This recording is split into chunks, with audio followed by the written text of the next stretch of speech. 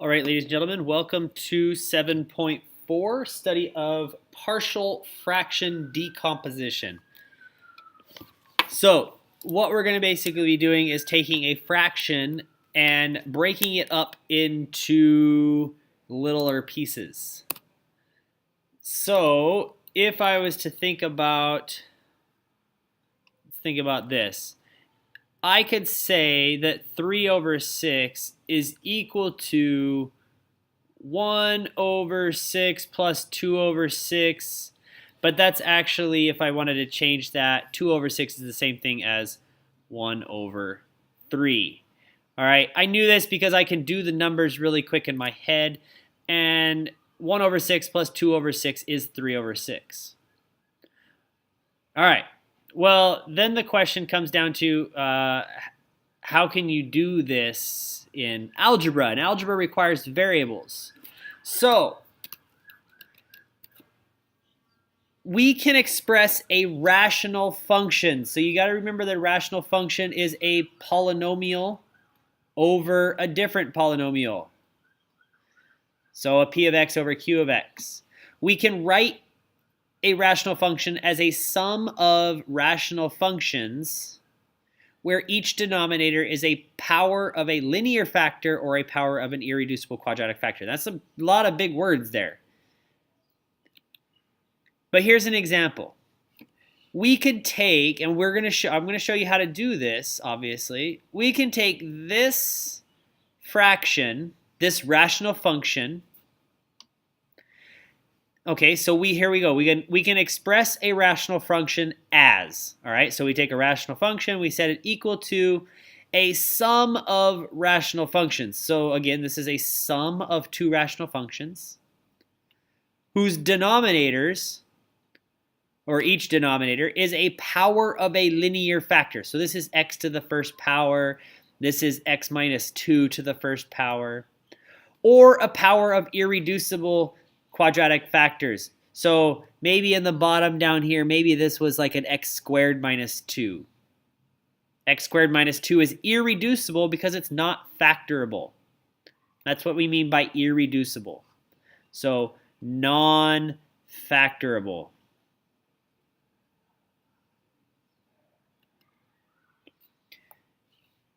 So each fraction is the sum of a partial fraction.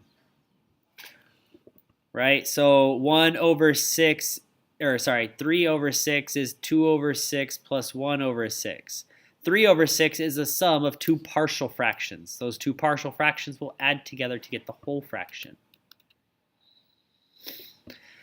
The sum, this that we get right here, is a partial fraction decomposition. Decomposition just means breaking apart. Those of you guys in biology, decomposing just means taking something and breaking it apart into something else. And that's what we've done. We've taken this green box and decomposed it into the red box here. So let's see a how-to. So if the degree of f is greater than the degree of d, so this is f over d, so f of x over d of x, the function divided by the divisor. First of all, if f of x has a higher degree than f of x, so say it's an x cubed over an x squared, you need to use long division, so you need to remember some of your long division rules, to divide f by d to obtain the quotient and a remainder. So you're going to take f of x, you're going to do this big, long process that we learned way back at the beginning of the year. You're going to do d of x on the outside of f of x. You're going to get q of x up here. And down here at the bottom, that's your r of x, whatever you did from your subtraction.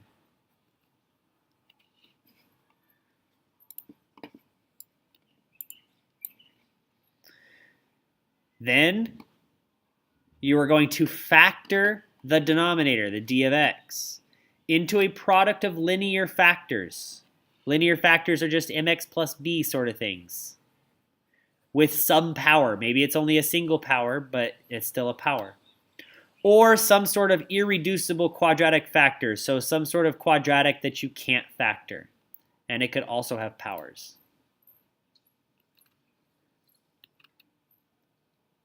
For each linear factor, or any quadratic, or actually for each linear factor, each decomposition must include the sum. So let's say our denominator factored to, where'd my pen go? Factored to x plus 1 to the third power. Let's say that's how the denominator factored. Well, we would need a over x plus 1. Usually we don't use a1, a2, a3. We actually use different variables here. We say b over x plus 1 to the second power and c over x plus 1 to the third power. But what if your denominator, what if your d of x actually factored to x plus 1 and x minus 3? Well, the sum would end up being a over x plus 1, I guess you can put parentheses if you want, plus b over x minus 3. And then the idea is to be able to solve for a and b. If you have your irreducible quadratic factors, notice on the linear factors for your denominator, it had just a constant. A is just a number. And if you have a quadratic factor, you must have a linear function in the numerator. So if your denominator factored, if d of x ended up being x squared plus 1 times x squared minus 3. Neither of those can factor any farther, so I would have ax plus b over x squared plus 1, and I would have cx plus d over x squared minus 3. So none of the variables are the same, the a's, b's, c's, and d's, but I have to create every new denominator. So x squared plus 1, x squared minus 3. If there was another factor of x plus 1, notice it's linear. I would have x plus 1, so I would only need to create a constant there.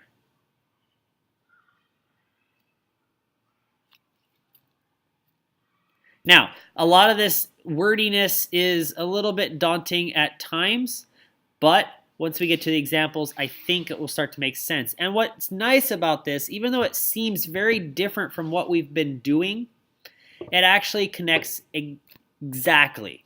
You're going to create systems of equations usually. Not all the time, but you can create systems of equations which you can then use matrices to solve. Especially when you get to things like this, where you have an A, a B, a C, a D, and an E. Those problems get very, very complicated after a while. So let's take a look at, hopefully what I wrote here is that the first one to be an easy example. So all this example wants is just to write the terms. So this is a do not solve. When it says write the terms for the partial fraction, don't actually solve it. So this is going to equal, this fraction equals more things than you think are here. Notice that we have x to the third. This means, since I have x to the third, I must have an x, I must have an x to the second power, and I must have an x to the third power. That creates 3 different fractions. But here's what you have to also think. None of these are irreducible quadratics. These are all linear factors, just with a different power, because x is linear. So I would have an a over an x plus a b over an x squared plus a c over an x cubed, because these are all linear factors. And that takes care of all 3 of my x cubes. Then I have an x plus 3. Again, that is linear. So I would have just an x plus 3. Now my next one, however, my next factor is x squared plus 1, which is an irreducible quadratic factor, so I would need an ex plus f. Now, this is why this is a do not solve problem. This is humongous, which actually becomes a pretty hard problem eventually. This one might not be too bad because the numerator here is pretty simple, but it still ends up being pretty hard. All right, so this is actually the answer to this question because all it wants you to do is write down the terms, and these are the terms for the partial fraction decomposition, even though it's not actually solved, because that actually wasn't the point. Okay, now we'll get into the real examples, the real meat of the lesson. We're going to first look at what we call distinct linear factors. So this is where nothing is repeating, no squares, no cubes like we had on that last one where it was x to the third. So what we want to do is we want to find the partial fraction decomposition. And what you should always start with is obviously just looking at this problem and going, does the denominator factor? And I just kind of do scratch work. Okay, so x squared minus 2x minus 15. Most of you, I hope, can do this really, really quickly. Those of you that are relying on your neighbors to factor for you really need to knock it off and just figure this stuff out. Okay, this is super important when you get to the higher level math, especially now. Okay, so x squared minus 2x minus 15 is x minus 5 and x plus 3. That means it factors. Notice that these two are distinct linear factors. They're completely different. X minus 5 and x plus 5. All right, since it factors to this, we could just rewrite it as x minus 5 and x plus 3. This is going to equal. I have two different factors, so I have two different things for my decomposition. You don't need those parentheses. And the goal now is to solve for a and b. Because these are both linear, I have constants in my numerator. Now the question is, how do I solve this equation? Well, this is a rational equation, stuff we've solved before. And what we need to do is we need to multiply this entire equation by the common denominator, which is obviously the denominator you started with. So we're going to multiply by x plus 5, sorry, not plus 5, x minus 5, and an x plus 3. When we do this, we get 5x minus 1, because it cancels that denominator, equals a times x plus 3, because the x minus 5's cancel, plus b times x minus 5. Now, these particular problems like this, these simple ones, actually are a lot simpler to solve. Now, I'm going to show you two different ways to solve this. So way number one is to set up a system of equations. So if I continue this in green here, I get 5x minus 1 equals ax plus 3a plus bx minus 5b. That's just distribution. And then I put things together that are the same. So 5x minus 1 equals. I have an ax plus bx, which means I actually have an a plus b times x.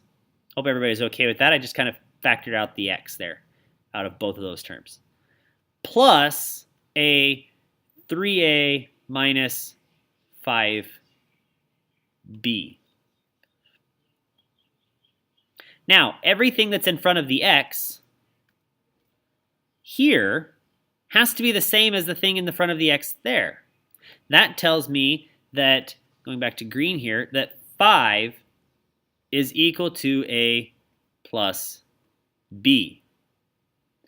And then everything that is a constant must equal the other things without the x's. So we actually get to say that negative 1 is equal to 3a minus 5b. And this actually ends up becoming a very simple system of equations that we just got done solving.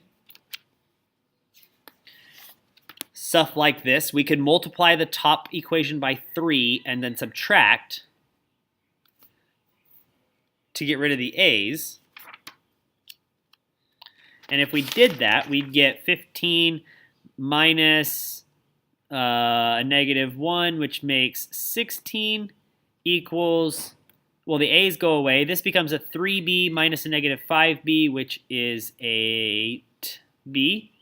And therefore, b is 2. And if b is 2, b plus a has to equal 5, and therefore a is 3. And then we come back up here, and we erase this a, we erase this b, and we say, let's go red. So this is 3 and a 2. So the 3 goes over the x minus 5, and the 2 goes over the x plus 3. Now here's the other method to this particular problem. When you have easy problems or somewhat easy problems, what you can actually think about is what number makes x plus 3 equal to 0? Oh, well, negative 3. So if I plugged in a negative 3 into this entire equation, I would get 5 times negative 3 minus 1 equals a times negative 3 plus 3 plus b times negative 3 minus 5. The reason we do this is because notice that negative 3 plus 3 is 0, and that'll cancel out the a's. So we get negative 15 minus 1 equals a times 0. Well, that's 0. So we get b times negative 8. So we get negative 16 equals negative 8b, and we get b is 2. And we can do the same thing. What makes the other one 0? 5. Well, if I plugged in a 5, that would make the b go away. This would make it 8a equals 24, and a would be 3. And notice we get the same exact answer. Now, this way is a little bit more simple, but it doesn't always work nicely when we get to harder problems. But both ways are valid. Okay. So make sure you factor the denominator. Write it as a sum of the parts. Oops, let me erase what's written up here. So you can factor your denominator, write it as a sum of the parts, like we did, multiply both sides to eliminate the fractions, and create and solve the system of equations for a, b, c, and d. And then rewrite. So this is the process that we just went through. Factor the denominator, write it as a sum of parts, multiply, create the system, and solve, and then rewrite as the decomposition.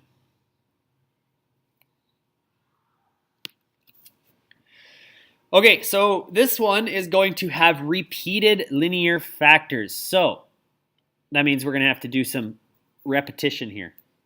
So if I look at this particular denominator, this is going to factor as x times x squared minus 4x plus 4, which actually is, oops, not 4, which actually is x times x minus 2 squared. So x is a linear factor and x minus 2 is a linear factor. So the only thing is, though, I do have one that's over the x. I do have one that is over the x minus 2. But then I also, this is where I said remember to use repeated decomposition. So I have to have another fraction where x minus 2 squared is a possibility. Now, you may end up getting b or c equal to 0. That means this part of the fraction or the equation never ever existed. But if you were to think about getting rid of the b over x minus 2, you would still get a common denominator of this original denominator.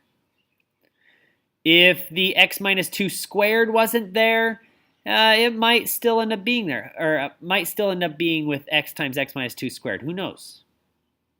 Now, I notice I haven't said anything. The numerator is still less than the denominator, so we're not worried about the division just yet. So now that I have this, I can go ahead and begin the solving process. Now, not all of these problems will be completed to their finale because of time, but we'll get very far into this. So I have to multiply by x times x minus 2 squared, which is the common denominator, which is this. When I do that, the left side obviously becomes negative x squared plus 2x plus 4 equals. All right, multiplying by the first fraction, the x is canceled. I'm left with a times x minus 2 squared plus b times, all right, so one of the x minus 2's cancel, so I have an x and an x minus 2 left over, plus c. Here I get the x minus 2 squared to cancel, and I just get a cx. Now, in this particular problem, we can use the substitution method. If I let x equal to 0, what do I get? If x is 0, I get here, this becomes 0 plus 0 plus 4. So that becomes a 4 equals a times, all right, 0 minus 2 is negative 2 squared, plus b, oh, look at there, that becomes a 0 times whatever, I don't really care. So this becomes a 0 plus a c times a 0. Well, that's nice because that means I've already solved for a. That means that a times 4 is equal to 4, and therefore a is 1.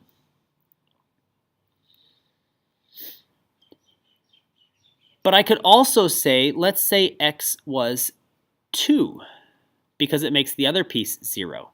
So if I plug in a 2 here, I get a negative 4 plus 4 plus 4 on the left side.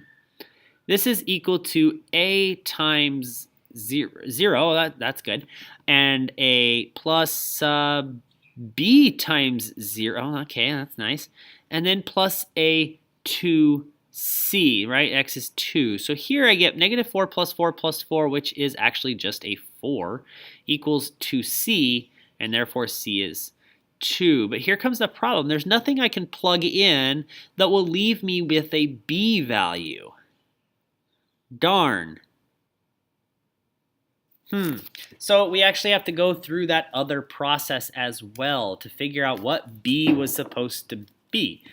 All right, so I get, if I was to do the math, a times x squared minus 2. You have to remember over here, x minus 2 squared is x squared minus 4x plus 4.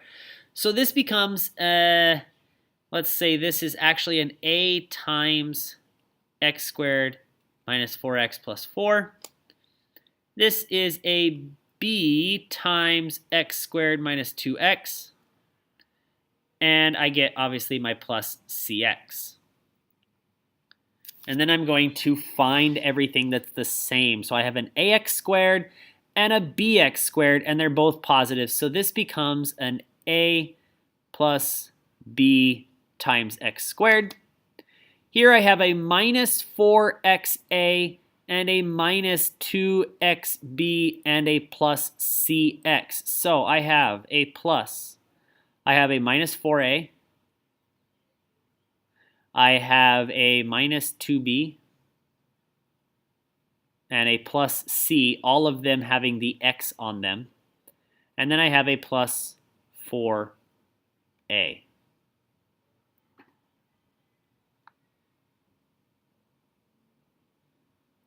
Well, now what? What are we trying to solve for? I already know what a and C are. I just need to figure out what is B. Well, I could use this middle one in the middle here saying I have A and C, I can solve for B, but I want to use the easier one, A and B. Now, A plus B has to equal the number in front of the quadratic piece from the original statement, which is -1. So it's -1. I know A is 1, so 1 plus B equals -1, and therefore B is -2. And now I have all of the information necessary to fill in my statement.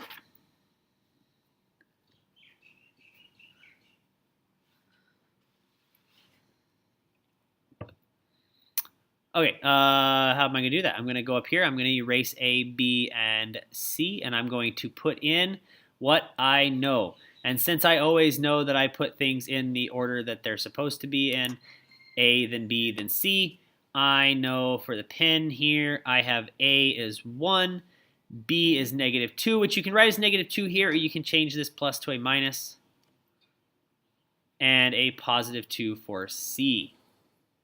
And lo and behold, we now have the answer. Yay! Yay, math. Okay.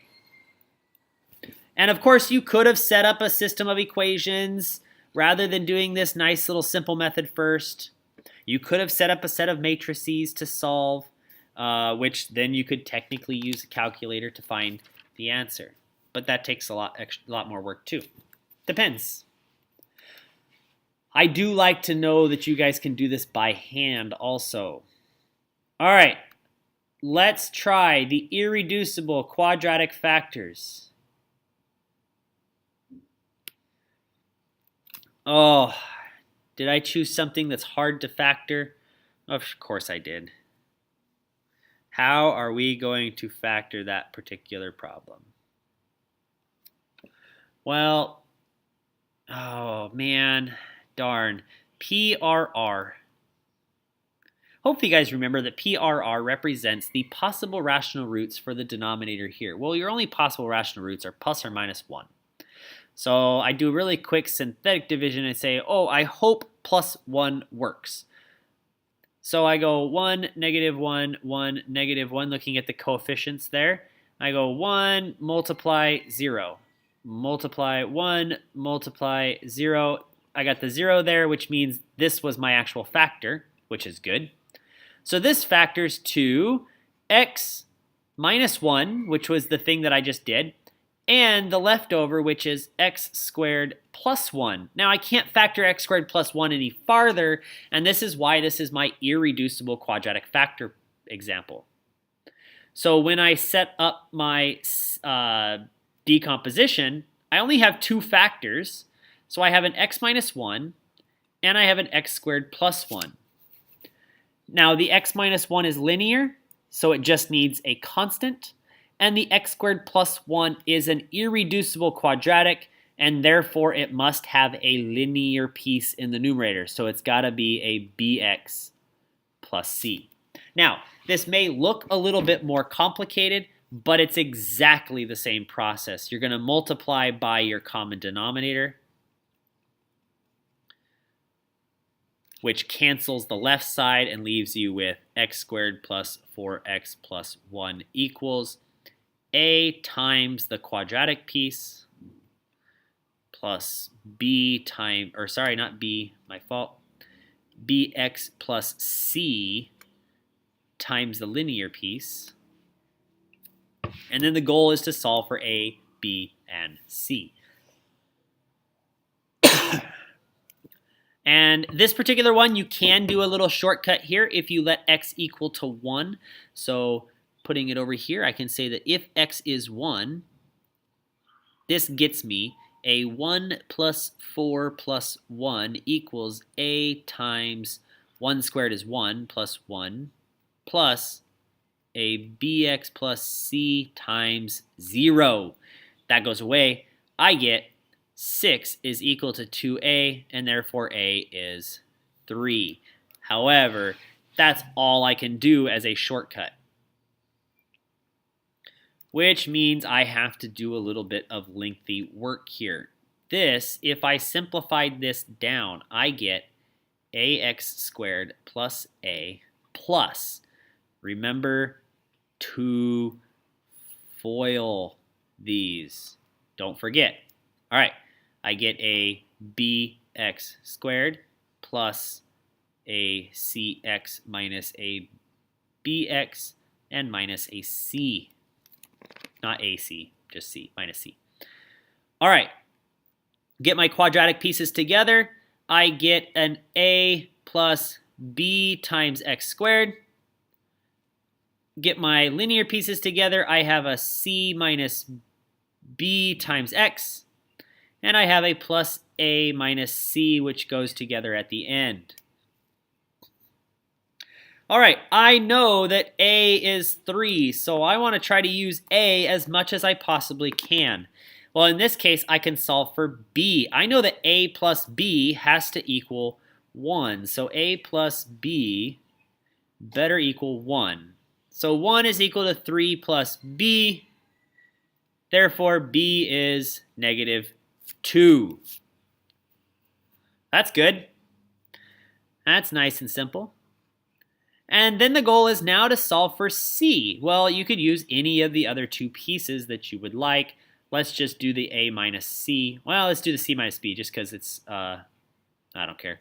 Doesn't matter. All right, c minus b has to be the coefficient in front of the x. So 4 is equal to c minus b. 4 is equal to c minus a negative 2, which is actually a plus 2, so c is equal to 2. Well, that's nice because now I have A, B, and C, which means my work here is done. And I can fill in what I know. I know A was 3, I know B is negative 2, and I know C is 2. Now, one thing I will mention in this particular case, you are not allowed to write this. And I hope you know why. You cannot write the 3 over the x minus 1 minus 2x plus 2 over x squared plus 1. You are allowed to put the minus down here as long as you pay attention to simple math. That minus now belongs to the entire numerator, not just the first two. So if you want to put the minus in front, you must make that a minus 2 in the numerator, and that way it distributes to a minus 2x and a plus 2. All right, so that's that one. Oh, repeated irreducible quadratic factors. Now, I'm not going to solve this problem all the way. I want to show the setup for this one, but the process is still going to be the same. Notice that my denominator is a quartic and my numerator is a cubic, which means I don't have to do division. But if I was to set this up, I would say, since this is a quadratic squared, I need two different terms. My first term being the x squared plus 1, and my next term being the x squared plus 1 to the second, because I need the repeated value. And because they're quadratic, I need a linear in the denominator or in the numerator, and another linear in the other denominator. But guess what? The process is still the same. However, you're going to have to do either a system of equations or a set of matrices to solve this particular example.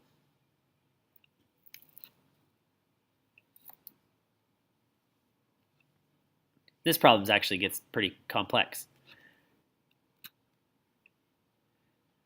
Now, what's nice about this particular data, this stuff that we're doing, actually plays well with the graphs. And what I'm going to actually try to show this one pretty quickly here. The graphs of these functions we've done before. So what we want to do first, since the numerator is bigger than the denominator, it's 2x squared compared to x squared, I do have to do a little division.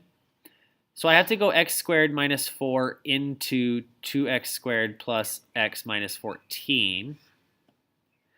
And I get a 2, so 2x squared. So hopefully this is a refresher on how to do this division. And I get a minus 8. I have to subtract. This becomes x, and this becomes a minus 6. And, well, that's it, actually. So this particular equation now becomes 2 plus x minus 6 over x squared minus 4. And now I need to decompose this function. Bear with me here. I'm going to try to speed through this. X over 6 minus x squared minus 4 is actually x plus 2 and x minus 2, by the way, if you didn't know that. So I get a over x plus 2 plus b over x minus 2. Now this is a simple problem, so I'm going to kind of speed through here. But what I'm going to say is I know that a times x minus 2 plus b times x plus 2 has to equal x minus 6. And if I let x equal to 2, I get negative 4 is equal to 4b. So b is negative 1. And if I let x equal negative 2, I get negative 8 is equal to a times negative 4. So a is positive 2. Now here's what's cool about the graphs. And yes, I said the word cool again. So a is 2, b is negative 1. Now, we spent a lot of time on graphing these problems in Algebra 2, especially if you were in my class. I feel we spent a long time on this. If we were to graph this particular problem, we obviously know that there are two asymptotes at 2 and negative 2. And that had nothing to do with, oops, that's ugly. That had nothing to do with the decomposition. That had everything to do with the denominator. But we also found that if you did numerator divided by denominator, you actually got basically your horizontal asymptote. Sometimes you got slant asymptote. Here's a horizontal asymptote at 2. And so here we have this horizontal asymptote. And then the whole idea was, how did this particular graph actually get put onto your equation, onto your graph? Well, here's the thing. At the negative 2 asymptote, it's a positive. Well, here's the thing. We knew for just the function 1 over x, it looks like this,